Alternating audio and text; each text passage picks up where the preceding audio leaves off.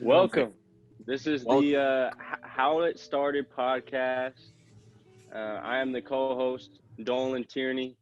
We got my guy, and in the Ilya, other chair we have Ilya, the main man. the main man. Yep, the technical guy.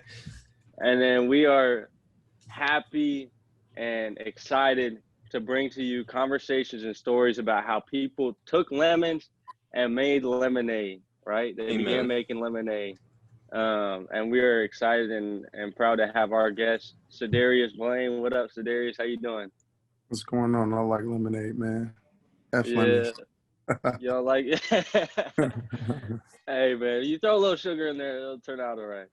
Yeah, man. Man, but so, like you said, you recently moved to Chicago.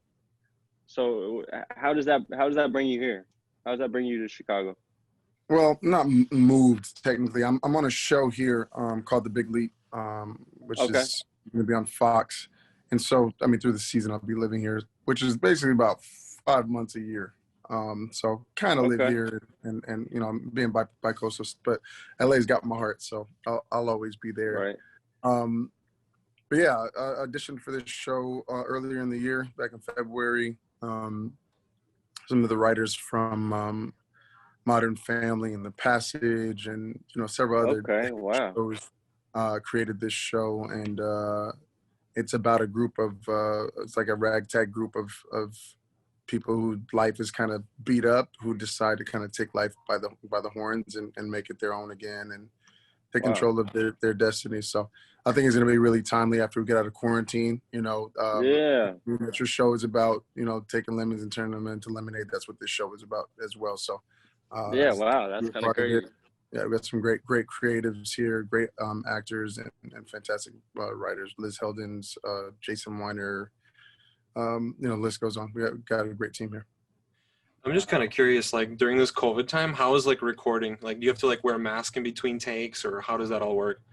Yeah, it's bizarre, man. That's exactly it. I mean, we call them the COVID police because there's a couple of COVID inspectors that are on set at all times. They're just doing their jobs, Right. but Yeah. every you know, between every take, they're like, mask. I'm like, man, can I breathe for 2 seconds? I got you. I promise I'm gonna put it on. Yeah. But yeah, life is very different on set right now. You know, even something as simple as like going to craft services to grab a sandwich or something like that is not like it was before, because you know, you have to stand 6 feet back from the table. You ask for what you want. They put it on another table after they sanitize it, and then you can go over and pick it up. And it's a really weird, kind of cumbersome kind of thing. You know, movie sets and TV, any set, you know, even theater. It's a very kind of family feel generally. You know, everyone gets very close very fast because, you know, chemistry is everything. And so with the way that quarantine is set up right now, and, you know, the way COVID is on set, we have to be away from each other. So it kind of adds a disconnected kind of vibe. And so it's interesting trying to, you know, find that closeness and that togetherness while being apart, you know? Yeah, Man, yeah, you gotta adapt. That's that seems to be the common theme that we have going on in Yeah. today's day and age. So as the audience may know, you're a very, very successful actor, Cedarius. What You could take one of those. I'll take it. yeah, you're a very successful actor, and you're one who has been about your craft and that has just gone at it full steam ahead. So I mean, let's backtrack a little bit. When was acting first introduced to you in your lifetime? Like when did it present itself in your life? And how, yeah, just go ahead and start there and just. I've always been a huge movie buff since I was like, you know, since I could talk and see. Right. And so like the first movie I ever memorized, like word for word, was Hook. Back in like 1992, Robin Williams, Hook. Oh wow. Love that Okay. movie. So I remember memorizing that whole movie and secretly wishing that I could be in it. I could be one of the Lost Boys or something. Rufio. Right. You know, I wanted that so bad. Yeah. That, and then shows like Gullah Gullah Island and Doug and Rugrats and all this stuff. I just always like secretly was wishing that I could do that, but I was the shyest kid ever. I was socially awkward too, all the way up until I was like 18. So it just didn't seem like a really, realistic goal for me. When I was 12, my mom was a drama teacher and the English teacher at my middle school, Southwest Middle School in Florida. And I've always written, so I helped her write a play. And eventually she was like, why don't you try out for this play? And I was like, what? No way. Because she heard me memorize. She heard, that I'd memorized all of the lines, like from beginning to end. Right. And she was like, that's weird. You should try out for this play. And I was like, no, absolutely not. Anyway, I ended up trying out for it and I didn't get it. I was like the understudy to like, the main guy. So I was like, okay, great. I won't ever have to, be in this play. First show, the kid's name was Nick. I'll never forget it. First show, he got sick. He did one show, and then I did the entire run the rest of the way. And I remember just before that curtain opened, man, my heart was pounding in my throat. I had to use the bathroom. I had to do a big. I had legs were wobbling. Like I was, bro. I had the bubble guts and everything. I was so nervous. And the curtains I'm dead. And I got like butterflies, and it was just beautiful. Man, I felt so empowered. I felt like I had the most power I'd ever had in my life. And I ended up, they gave out awards and stuff after the show's run, like 7 or 8 shows that we did. And I got Best Actor for it. And again, mind you, my mom was a drama teacher, but she didn't choose who won. There was like a panel of people that chose all that stuff. And I was like, man, this is really how old were you when this happened? 12. I was 12. So you knew that you were going to become an actor. Yep. It's 1999, man. I was 12 years old. And from there, I just kind of did community theater here and there. I always kind of had an itch for it, but I didn't take it seriously. I played basketball seriously, and I took I always wanted to be a doctor. But at a point, my girlfriend at the time was big into acting, singing, and dancing, and she took me to this acting, modeling, and talent competition audition at Disney, and we drove there one Saturday, and I ended up, trying out. And they chose like 80 people out of 1,100 that were there to be in this talent show, and I was one of the 80. And kind of the rest is history. I got my acting scholarships in New York Conservatory for Dramatic Arts, and I dropped out of college. And I moved to New York, and it's the best decision I've ever made in my life. Did your family support you like all the way through? Like, how were your parents supportive of you dropping out of college? Can I cuss? We'll probably have to bleep you during it, but yeah. Yeah, bleep away. No, my mom was extremely supportive because she had a performance background and had been a recording artist in the 80s. My dad is an immigrant from Haiti, and my family's Haitian and Dominican, so my dad was very he was like, what are you doing? You're dropping out of school. I got a scholarship to go be a doctor, He was like, actor for what? You got to do TV and movies? Are you stupid? You stupid American. It was like a whole thing. But as a father now, I understand why he did that, because you just want your kids to have the best shot at life. Acting is not the best shot at life. I mean, this is like, I tell people all the time, it's like driving 150 miles per hour and using a sewing needle to try to hit a bullseye on a moving target at the same time. It's really, really hard to make a truly, prosperous living. Life. Yeah. So he was just scared for me. And then the first time he saw me act, he cried. He was like, wow. He's like, wow, you're really good at this. I mean, it didn't hurt that, I booked my first movie. He was like, hey, let me borrow $10,000. I give it back to you, Right. So yeah. It was cool. No, it worked out. But my dad is fully supportive of me now, and my family is my biggest fan. And so I'm really, really grateful, to have them in my corner. Yeah. So your mom was supportive. Dad wasn't so supportive. How was your friend group? Where was their position with all this happening? You're on your road to, you're focused on hoops. You're focused on being a doctor, and then all of a sudden you want to be an actor and go to acting school. How did your friends were they just like, oh, like that's dope? Or were they like, yeah, like go ahead, serious, I support you, or they're like, yeah, whatever, bro, like, Uh, like, so here's the thing. I didn't even really tell many of my friends because okay, I was like, if I fail at this, they're gonna right, clown me. You know, yeah, the friends that did know were like, "You want to what? right, Since when? Okay, hmm, all right, fine." You know, we were all just kind of trying to figure out life at the time, so everybody was just like, right, "What? Okay, I have stuff to do over here." hmm, Um, the ones that didn't know, but you know, once things started kind of rolling, it pretty much immediately. Honestly, I went to acting school from '07 to 2009, and then I moved to LA in 2010 and booked my first big movie. So it wasn't like some long road or something like that. It was a long road in hmm, different ways, but I mean, from the time I decided to be an actor, you know, professionally from in 2007 and went to school with it to the time I graduated, it was about yeah, a year before I booked my first big thing, you know. So at that point, they were like, "Whoa, I didn't know you wanted to be an actor, but you're really good at this. This is dope." So it hmm, was always support there, you know, from the onset. It was right. confused looks for sure because again, I was so shy that they were like, "Huh? That's crazy." But yeah. So like when you moved to New York, like how did you go to the point to get your first gig? Did you like find an agent? Were you working for a company? Commercials? Like what did you do to get your name out there? Wow, So that wow. same that same acting modeling talent competition I'm talking about, I had met several managers and agents and stuff that wanted to rep me. And that were ready for me to move there, you know, immediately. I mean, I didn't just move to New York only for acting school. I was presented like a modeling contract as well, so I was doing some modeling here and there and stuff, and working in a restaurant. And I mean, I was solid. I was doing fine. But I had met this manager named Deborah Lynn Findon at that acting modeling talent competition, and I ended up winning like pretty much all of my categories that I was in for the talent show. And I stayed in contact with her for years, and you know, when I went away to New York and stuff, I would send her, you know, invitations to my plays that I was in. I knew she wasn't going to come, but just to let her know, hey, I'm still sticking with this, you know, stay fresh in her mind. Because the plan was always to move to LA.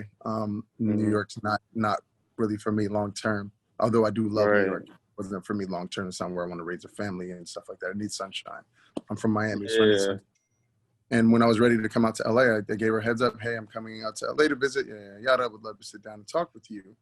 And I think that follow through and that follow up really made an impact in her mind. And so as soon as I got to LA, as soon as I touched down, I went and met her, and she was like, "If you're serious about this, move to LA, you know, by this summer, and we'll go from there." It was January. I said, "Look, I'll be back in 2 months." I said, hmm, "I'll be back in 3 months," and I came back in two. And so, you know, she signed me then and got me with an agent the same day. And I went on my first audition and got put on hold for it that first day. And they were like, "Oh, okay, I think we might have something here." And then my first movie audition they ever sent me on, which was the next week, was for Footloose. And after 2.5 months of auditioning, I booked my first feature, you know, and, man, and I kind of went from there. But I mean, the determination and grit is, you know, what I owe, you know, all of this to, you know. for sure, for sure. All of I mean, at the end of the day, like, uh, you're gonna feel every emotion through chasing after something that you can't visually see. You know what I mean? Like, it. this is something No, that you can't see in front of you, but it was something that you envisioned in your mind. Um, so, how did you discover your work ethic? That's another thing that I kind of think about when I talk to people like you who have accomplished things in their life. Where did you get your work ethic? Was it like a moment in time that you just hit where you're like, poverty. okay, poverty? Poverty. Yeah, Yeah, that'll teach you something for sure. Wanting stuff that you yeah, can't have, that you can't get, that you don't have any, you know, way to access.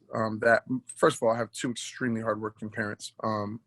My mom, you know, worked multiple jobs my whole life. My dad too. yeah, But my dad was a manager at the Miami International Airport for the last, you know, 34 years.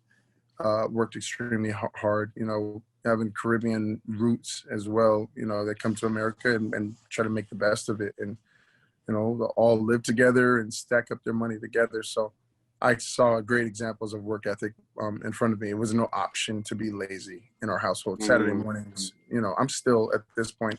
I'm still up at 6:30 a.m. on Saturday mornings. Doesn't matter. My mom would wake us up and be like, "You're not gonna lay in the bed all day. You know, go clean that windowsill, go take that garbage out, go, you know what I mean? Yeah. So it was always like Yeah. earn your keep, man. So I try to earn my keep in my own life at all times. You know, I've been very blessed and a lot of really good things have happened, but Mhm. there's never any time to just, you know, lay down and let it come to you. So Life's too you know, short, man. it is, man. I mean, these minutes be flying by. I feel like I was 23 just like 10 minutes ago, you know, and Right. here I am 10 years later. So just got to keep going. But the work ethic is just always been there. I think, you know, sometimes people say like you're either born with it or you're not, but it can be cultivated and developed as well. It's a certain amount of Right. it was just already in there, but you know, you got to build on that, you know. And then once you got into the acting kind of scene or the acting realm, were there a few actors that you looked to for like motivation? Like for me, I'm a huge basketball enthusiast and grew up a basketball player, played college basketball. So I had my guys that I looked to for motivation. Jamal Crawford, Isaiah Thomas, you know, Jay uh, Crossover, my guy. I'm a he's a big dog. basketball. He's Yeah, a of course. dog. But Yeah. were there some actors that you looked to just based off the path that they paved for themselves? Of course. I mean, Will Smith was probably my greatest inspiration. Will Smith and Denzel Washington. If I could be a hybrid of those two people, then I feel like, you know, my life would be complete. Guys like Josh Hartnett,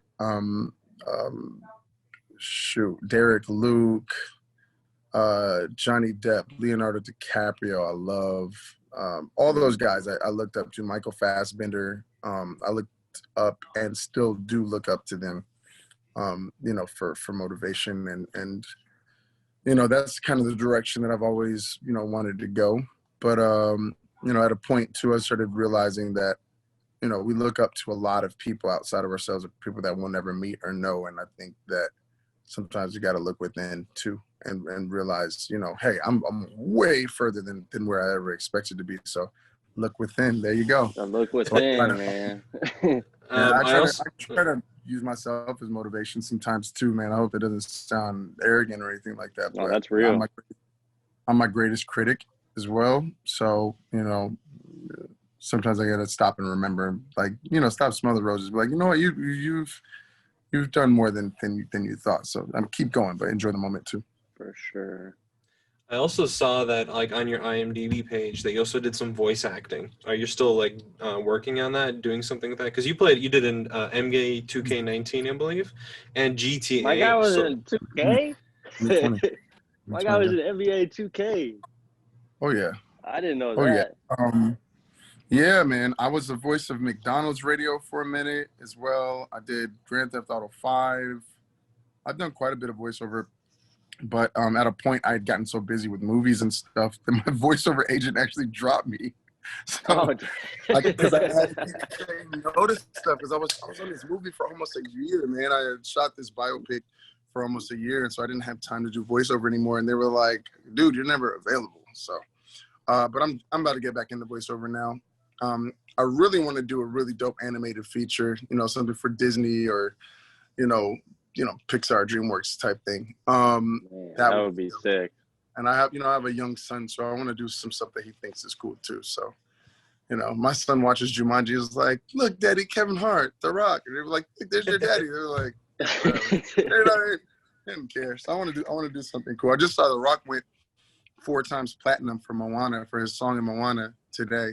That Wow. Lin-Manuel Miranda wrote, and I was like, man, I would love to do something like that because his daughter goes nuts over the movie, you know, and she doesn't even Yeah. realize her dad. But you know, I did NBA 2K because my best friend Brandon Wellington, this guy, he's obsessed with NBA 2K. So I've been trying Huge to book story that job mode guy. yeah, huge. Yeah, I've been trying to book that job for like 3 years. I kept getting so close, and I finally booked it, and he went ham. I mean, this guy with bananas. But yeah, I mean, I do jobs now that I want to do. I try to find jobs that I really Yeah, feel connected to. You know.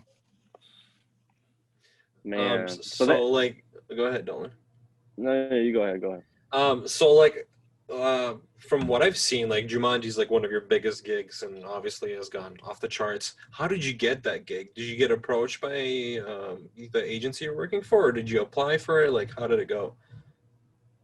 Oh, I mean, no, my agent sent your agent and manager send you on auditions. You know, they find the best, projects for you and they send you out. Hmm. They sent me out for this one and I was like 18. I can't play 18, at the time. This was 4 years ago now, 2016. I was like, Yeah.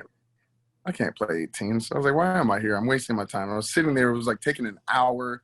I had another audition after that I thought was like way more important and way more, possible for me to book. And I'm calling my agent. I'm like, look, I got to get out of here. And they're like, you're next. Just wait.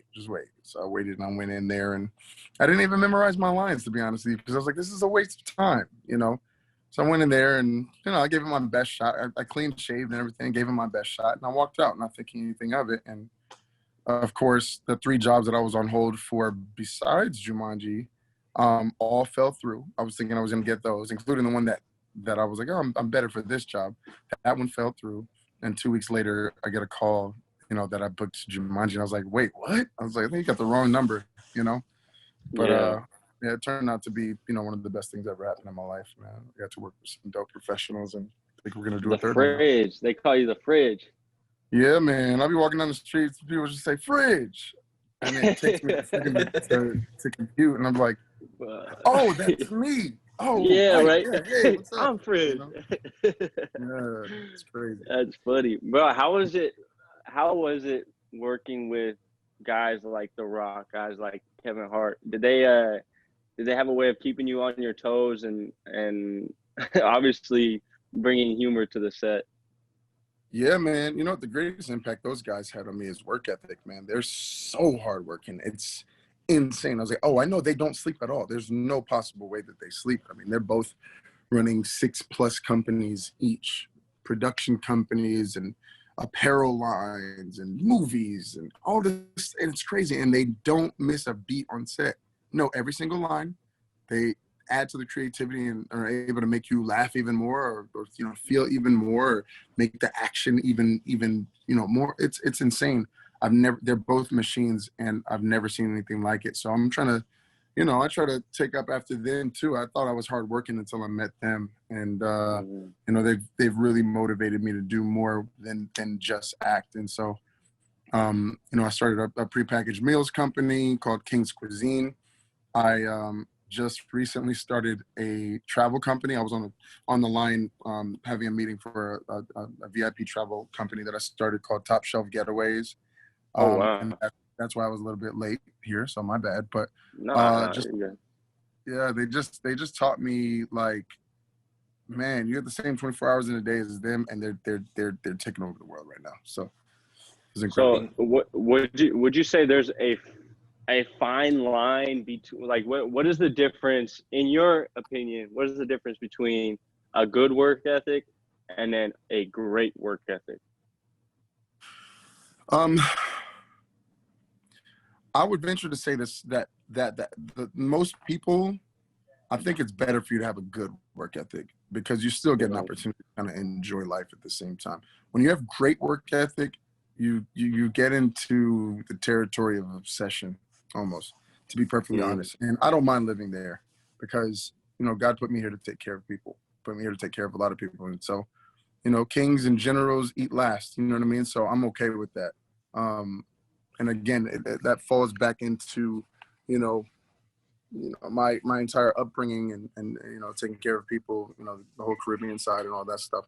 Mm-hmm. So people with good work ethic, um, they work hard at whatever their career, their job is, Right. and find ways, outside of their career and job, like 1 or 2 things, I think, to be able to take care of themselves or, have a little extra income and, pad their future a little bit.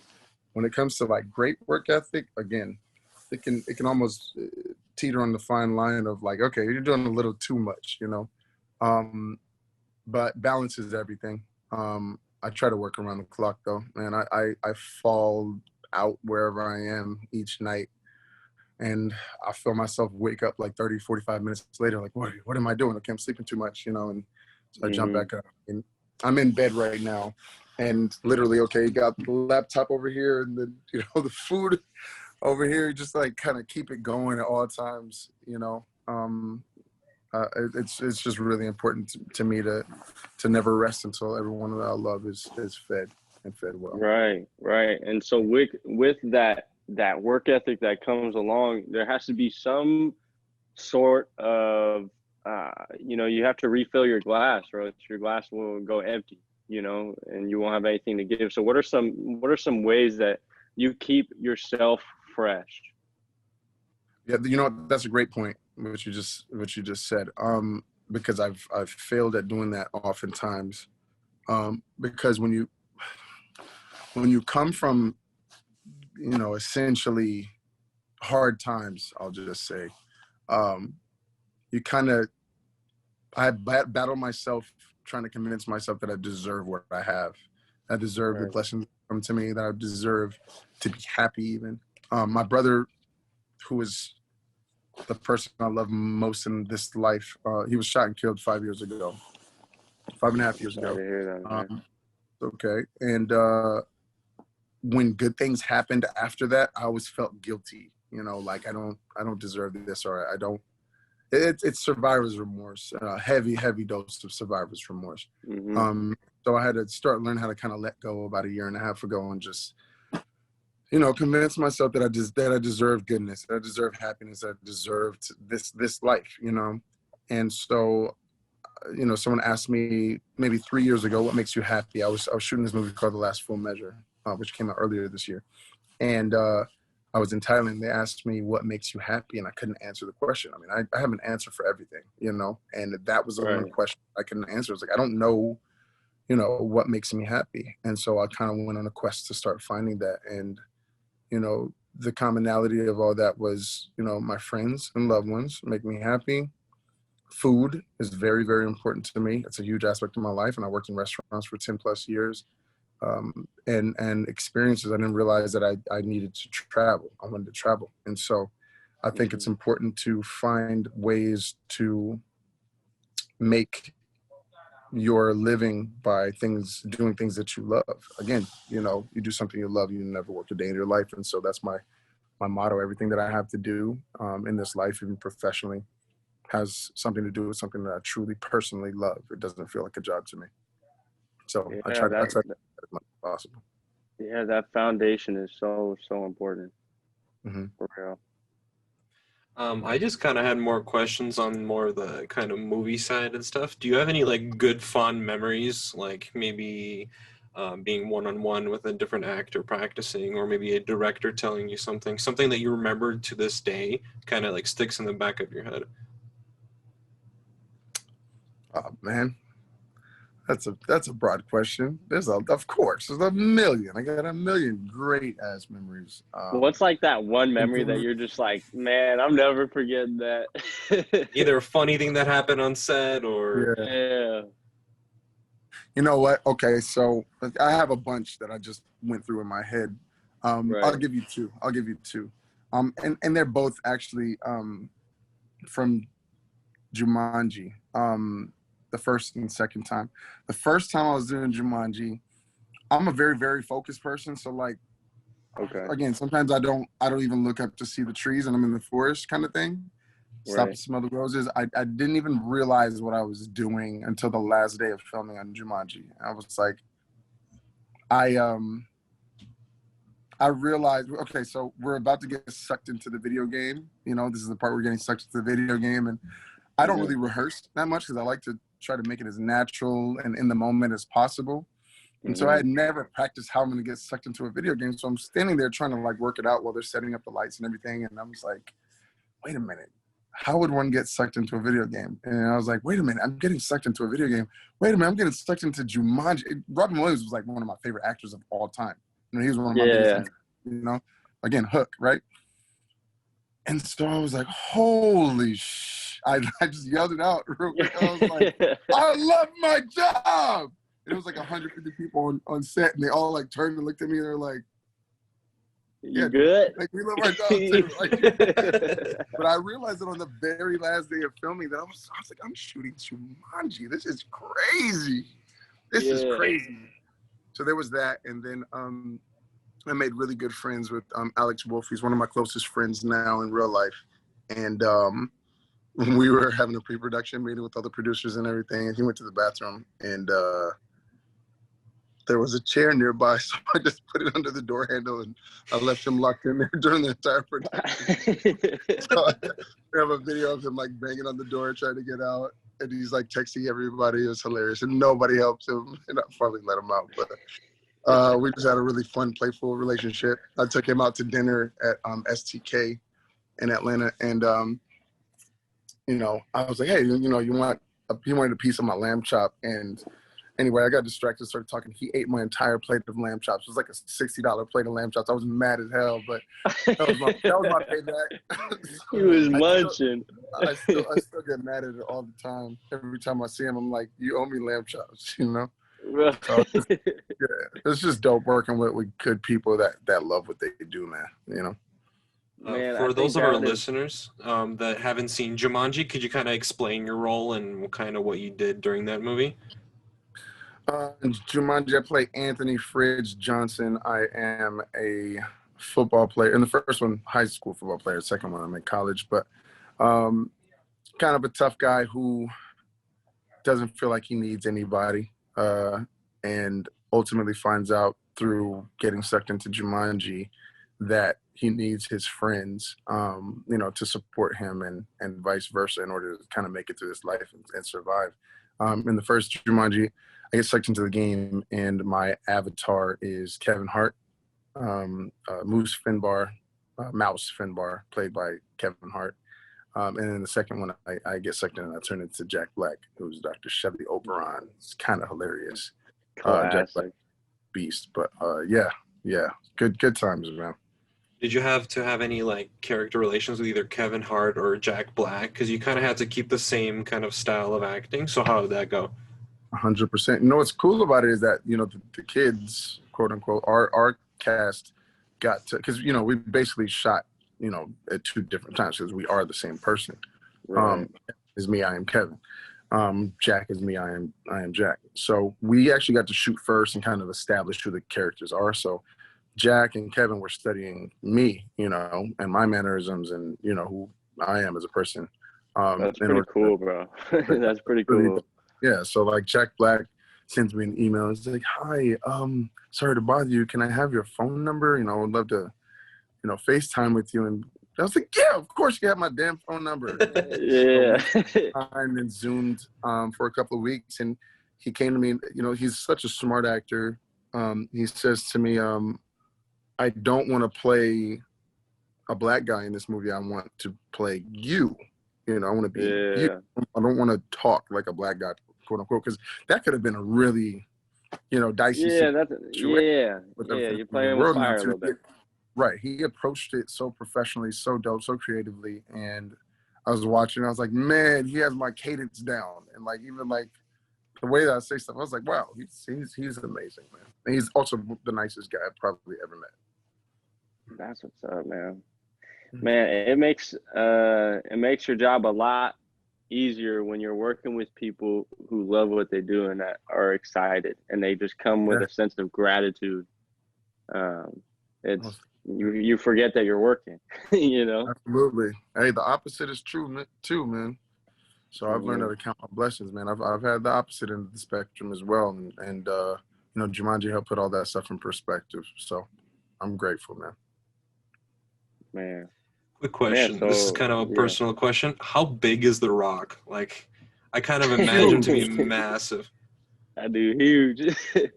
Crazy thing is, I'm big. I'm almost 6'5", 245 pounds. I'm a big boy myself. Okay.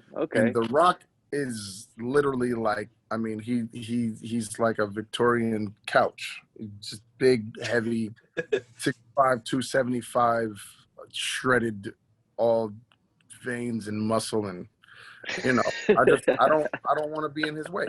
You know, my mom ain't raised nobody soft. You know, but you know, if it comes down to it, I'm gonna say sorry. You know, right. Down between me and him, you know, you're like, gonna be the bigger bro. man. Whatever it is, my bad. You know, but no, he's a great guy, and really nice guy. But he's freaking huge, man, and he's, you know, working out twice a day. So at 50 years old, I'm like, man, I need to get on it. Yeah. Yeah. Mhm. Well, man, I just want to ask you, as an actor, as a human being, what do you want to leave your legacy as? What do you want to be remembered as? What is your trail that you're leaving behind? If I'm only remembered as an actor when I pass, then I didn't do my job, to be perfectly Right. honest. I'm going to be remembered as a man who fed many, helped many, and the greatest dad that my kids could have ever had. That's what I want to. That's what I want to be remembered as, man. That's beautiful, man. That's beautiful. Mhm. And then do you have any like major goals that you want to accomplish, whether that be an actor, you're talking about businesses that you started? Mhm. Are there some major goals that you have set out? And then how are you going to go ahead and attack those? Because I know for a fact that our viewers, everybody's got something inside of them. You know, everyone Yeah. has a dream. Everyone has some passion of some sort that they want to go after. Yeah. But a lot of people don't know how to just take it from here and actually apply it. Yeah. My goal is to literally employ or give job opportunities to every single person I love, all of my friends and all of my family. I want them to have the opportunity for it. Even if they don't need it, they know that they've always got a way to eat. I'm a big fan of the idea of, teach a man to fish and he'll eat for a lifetime. And to those Mm-hmm. people who don't know how to start, whatever it is that they want to do, ancient Chinese proverb says that the 100-mile journey starts with one step. So you gotta literally just start, just try, research, look into what it is that you want to do, even if you've never done it before. I always tell people this too: an idea is worth more than experience. If you have an idea, put it down on paper and start getting the ball rolling on it. It doesn't matter if you're trying something that requires so much experience and all this, that, and the third. Your idea could be worth more than that experience. So, don't sell Mm-hmm. yourself short. Don't count yourself out. 100%. Man, that's beautiful. That is beautiful. For real. I also saw you got onto Star Trek. So what role did you play there? I can't see any information on it, but I saw what did you do on set and stuff? I was a red shirt captain on there. I got to fight some Klingons and you know take some of them out with Captain Kirk, Uhura, and Spock. It was a really, really good time, man. That was my second movie ever. And I didn't even know what I was auditioning for at the time because it was, so top secret. They just gave me some plain lines from Remember the Titans, and I had to go in there and do this speech. And got a call 2 weeks later, that I was in Star Trek, and I was like, "Huh? Shut up!" They're like, "Yeah." I was like, "Get out of here!" Yep. That's Uh, hilarious, bro. Yeah, man. So cool. J.J. Abrams is one of my favorite directors ever, man. Yeah. Wow. What was your Star favorite Trek. director you've had so far? Like that taught you or told you what to do? Um, you know, those kind of questions are always hard. What's your favorite director? Who's the favorite person you've ever worked with? What Yeah. project? They're all my favorites for different reasons, but I loved the way that J.J. Abrams communicated, gave us freedom, and really allowed us to play and make Mm-hmm. things own. I don't think that I was quite ready at that time because I'm such a rule oriented person. I was a straight A student growing up, kind of thing. So very like I was kind of very in the box at the time, but afterwards I was like, if I ever get an opportunity with a director like that again, I'm gonna go for it and just have fun. He is one of my favorite. Another guy named Todd Robinson, who just directed me in The Last Full Measure, where I played like the young Sam Jackson, a Vietnam War movie. Go check that out. It's one of my favorite projects I've ever done. But Todd Robinson has become a personal friend of mine now too, and we uplift each other and play pranks on each other and such. I think it's important to have a really kind of loose set, where you're able to Just play. natural feel to it. Yeah. Feel, yeah. And then actually on Charmed, this guy named Brad Silberling, he's the showrunner, show creator. It was really great working with him as well. Very, very kind man, and very creative man. He's he's got a special spot in my heart too. But I've really enjoyed a lot of the directors that I've worked with for different reasons. I'm Mm-hmm. about to work with another one named Jessica Janos, who directed me in this movie about 6 years ago. We are co-producing a movie together now, and she's directing it, called The Door Under the Staircase. It's going to be a psychological thriller horror film. Oh, wow. Where I lead. So, you know, a bunch of different people for different reasons, man. It depends where you're at in the journey, you know. Yeah, that's understood, man. All right, hey, sorry to get a little off track, but put yourself in a college basketball player's perspective as of today with COVID and everything going on. How weird is that? We got dudes that are hooping with a mask on, bro. Like, really? yeah, Is that bro. happening right now? Yeah, I went in because I still keep in touch with my college that I played at, and they're having a practice with their face masks on, and No, I'm not doing man, it. imagine having to do that. But I've heard that also a lot of players are getting a year back next year. So this year is just They should get an extra year of eligibility. Absolutely. yeah. Yeah, no, I wouldn't do it. I think, you know, capitalism is so obsessive in this country. Like they can't stand the idea of not making money.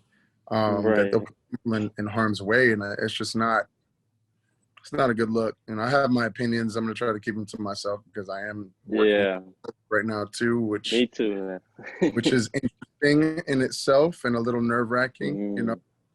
But I think money isn't everything, man. You know, if it's really about giving these kids opportunities and stuff, then give them that extra year of eligibility and let them be safe. Careful right now, you know. For sure. Do you have any projections for this next year going into the NBA season? Do you have any rookie spotlights that you're keeping an eye on? Do you have any teams that you're like, yes, they're gonna take it again this year? Or James Wiseman's ready to go right now. Obi Toppin is, I think, gonna emerge as like a top 3 player in this draft. What's the other kid that I really like? Is he from Oklahoma? Shooting guard? Bounce. God, he's good. I can't remember his name. He's going to be really good as the rookies. The Nets take the East. Golden State is back. So it'll be them, the Lakers, and the Clippers. I don't know who gets it, but I'll tell you this. A healthy Luka Doncic is a very scary thing. It's a scary thing. Extremely scary. He's the second best player in the NBA right now. I'm saying it right now. He's second after LeBron and just above Giannis. I'm saying that right now. Mark my words. If you give that kid, I mean, if he didn't lose Powell last year, his power forward who was getting all the boards and everything like that, they would have upset the Lakers. They would have upset the Lakers. This kid is fearless. He's 6'7" with a gun and with court vision like Magic Johnson. Like, what do you do, bro? You can't do anything, but he's fearless.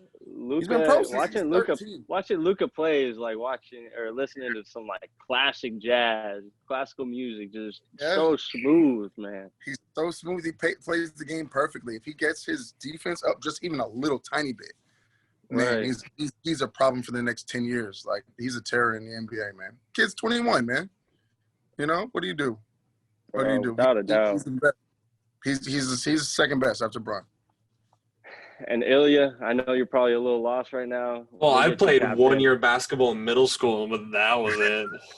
Oh, okay, my fault. I watch basketball, but my fault. We got a hooper over here. Come on, man. Yeah, I just got knee surgery. Actually, just got ACL reconstruction September 15th. And so man, I'll be like good to get back on the court by like end of March. So, you know, you gotta how's the mental health been during coming back from that injury? That's been the toughest part, man. You know, I was told that we weren't coming back to the show till like March or anywhere up to like June 30th. So I went ahead and got this knee fixed that I've been dealing with for like the last 7 years. It's been torn. And so I thought I had time. Then they were like, psych, you know, we're moving you up 4 months early to start shooting this show. It was a miscommunication, I guess. But it's really messed with me because I like to be able to do my job to the best of my ability. I don't want to look irresponsible or like, you know, I'm doing anything behind anybody's back. So it's been messing with me. I had a lot of anxiety about, you know, coming here and, you know, I'm getting past it, but it was tough. It's been kind of tough. You know, I don't like needing help either. And You know, Right. I just started walking again like 2.5 weeks ago without crutches. You know, so Man, it's been God is tough. good. I'm here. Yeah, yeah. Hey, I'm working. They got me a double. I'm fine. You know, I just like to do my own stunts. You know what I mean? Right.